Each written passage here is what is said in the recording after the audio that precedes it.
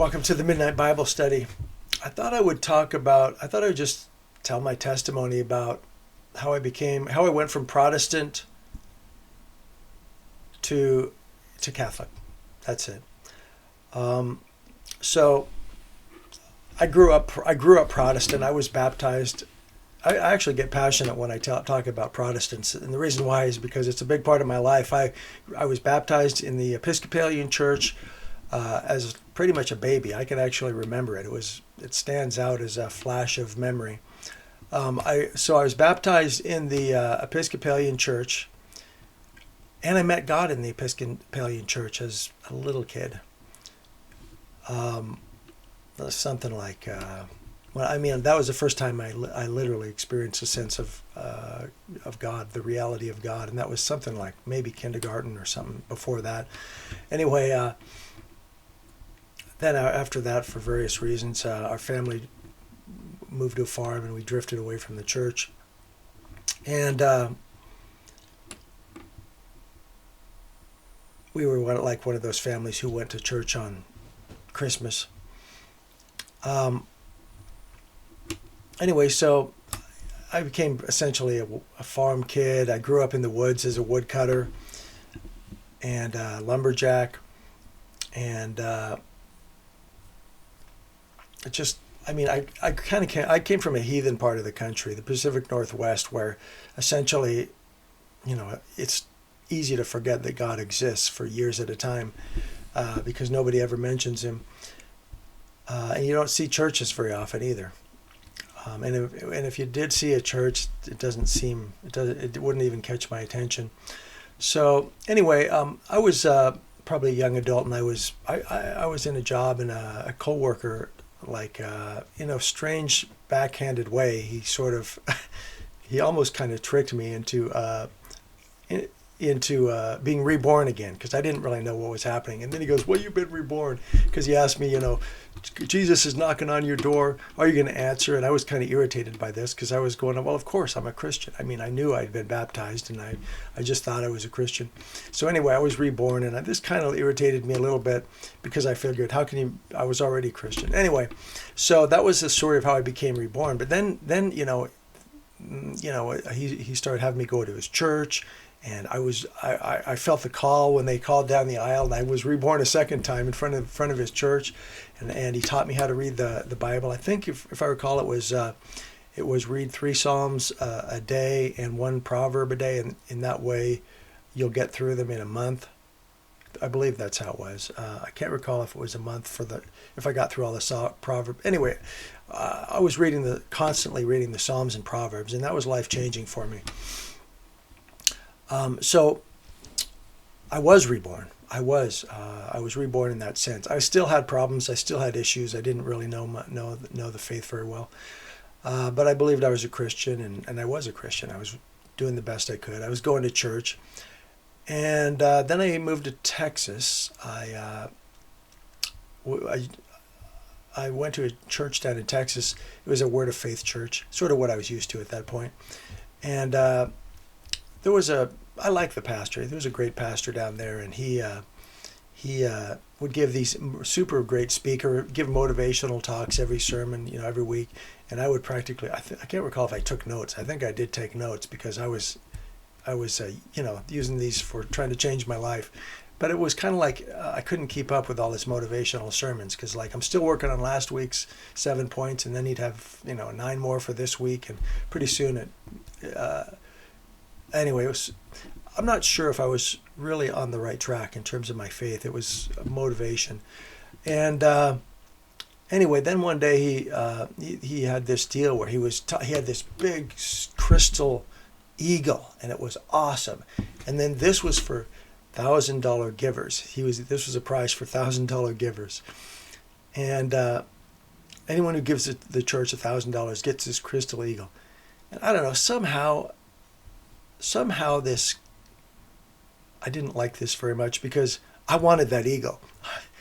On the other hand, it seemed wrong that you had to, what are you doing? Are you actually giving to the church, or are you buying this eagle? Something about it. I don't know what it was. I didn't like it very much. But anyway, eventually I moved to Seoul, Korea. One more thing about my background, about about the Protestants. Like I said, I have great love for Protestants. My family, my ancestors, most of them are Protestants. But I also had some issues with Protestants, which was, I was young and I had heard these various scandals in the televangelists, and so that kind of colored my, made me a little skeptical, maybe a little cynical perhaps. And anyway, so then I moved to Seoul, Korea, and over there I had a wonderful church in Seoul, Korea. Absolutely, I don't know what church it was. It was some Christian church. It was I think the biggest church in Seoul. They had like a separate session just for English people who spoke English, and they had some missionaries teaching this, and it was great. I love that class. I mean, not that class, that church. It was a great church, wonderful people there, and we'd go every Sunday. And then after that I moved back to the United States, and I didn't have a church anymore at that point because we moved to a new city. And so I don't know why. I didn't try to. I was actually thinking of becoming a preacher. I called up several preachers. I was asking them, what's your typical day like, and then I also was considering getting into becoming a professor. So I did the same with professors. Ultimately, I decided to become a professor. So then I wasn't going to church, and then I went back to grad school, and there was no time for it, and so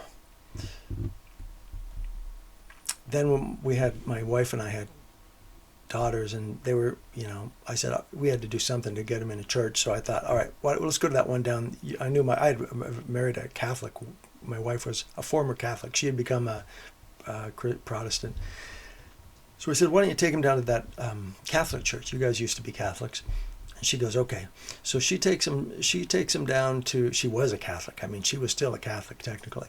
So she takes him down to this Catholic church. I didn't start going myself though, because I don't know why. I wasn't Catholic. I don't know why I didn't go. I was probably too busy with grad school.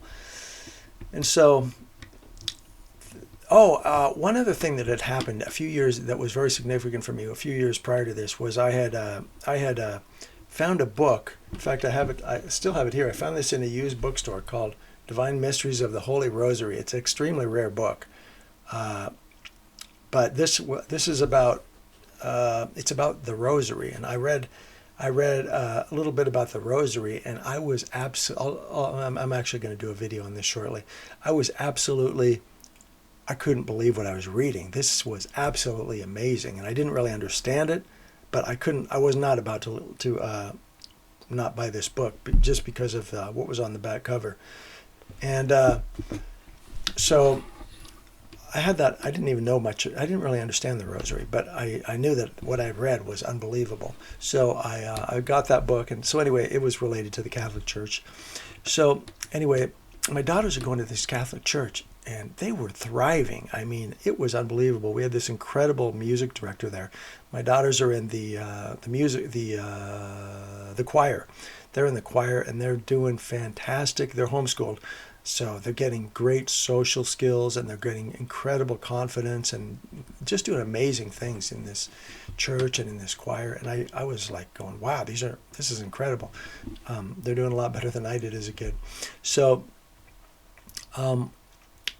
then I noticed them praying the Rosary, and I was kind of touched by it. I was moved by it. I heard about them praying the Rosary, and one of my daughters made some rosaries and gave me one. And that was obviously a touching, special thing that she had done. And I still hadn't read that book, because it was kind of hard to read. It wasn't an easy read by any means, but I started doing the Rosary as best as I could, a little bit. And then something happened. Oh, so then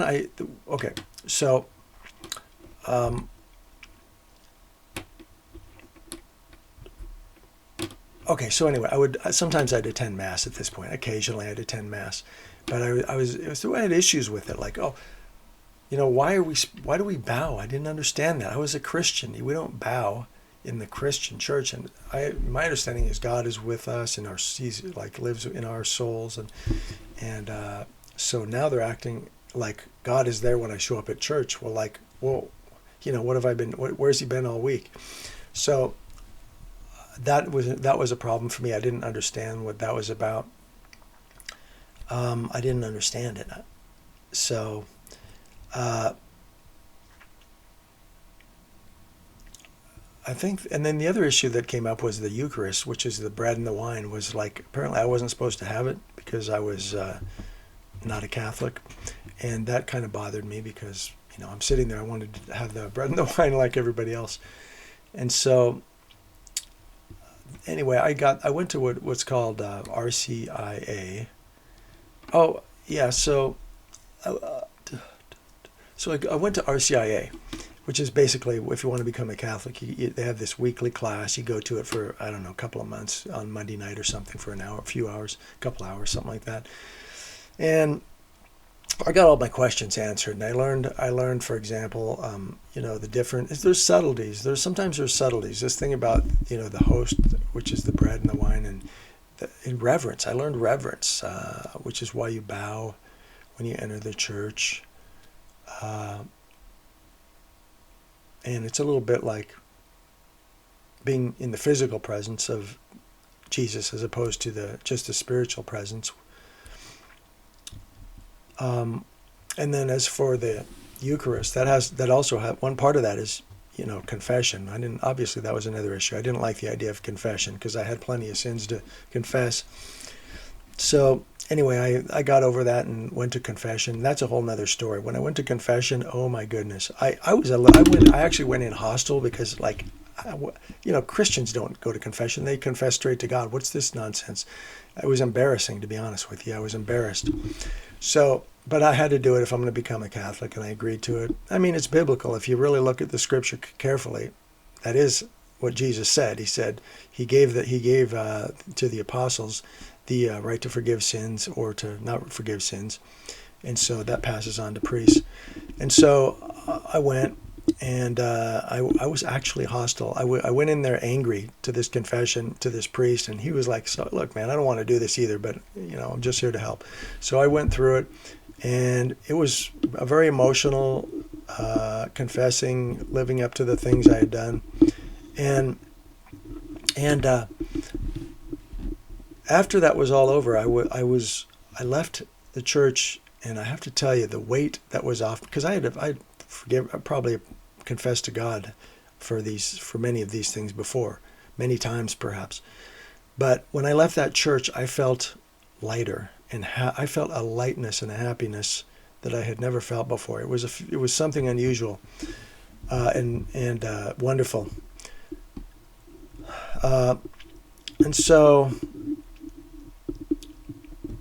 anyway, I wanted to basically join the team. Like my daughters had become Catholic, my wife was Catholic, and so I wanted to join the team, join the church that was started by Jesus Christ. And so I went through this and got all my questions answered, and I was very good. I was very excited to become Catholic. In fact, we were even my wife and I were even remarried in the Catholic Church, one of the sacrament of marriage, which was a wonderful blessing.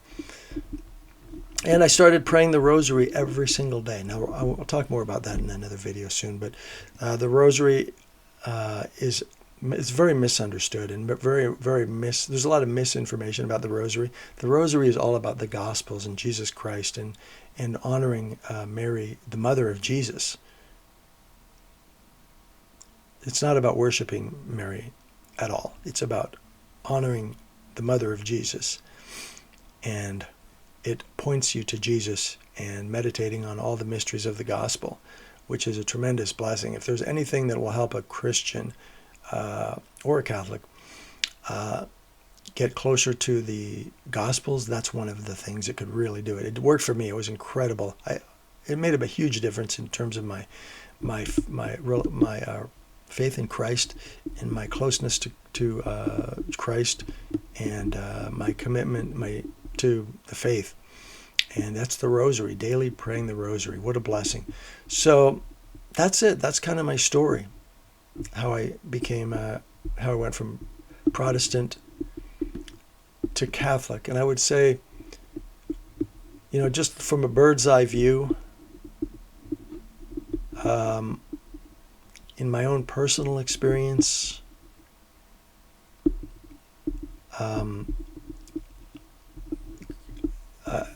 that was the best move I ever made. I'll just leave it at that. I think it's something I kind of stumbled into by accident, or maybe divine accident. But it's not like I was going around checking out churches. So, but I think it probably was by divine accident, because I was led into the church that Christ started, and it's so much richer than people know. There's so much more to it. The sacraments, the saints, which are basically a blessing. They're we can learn from the saints.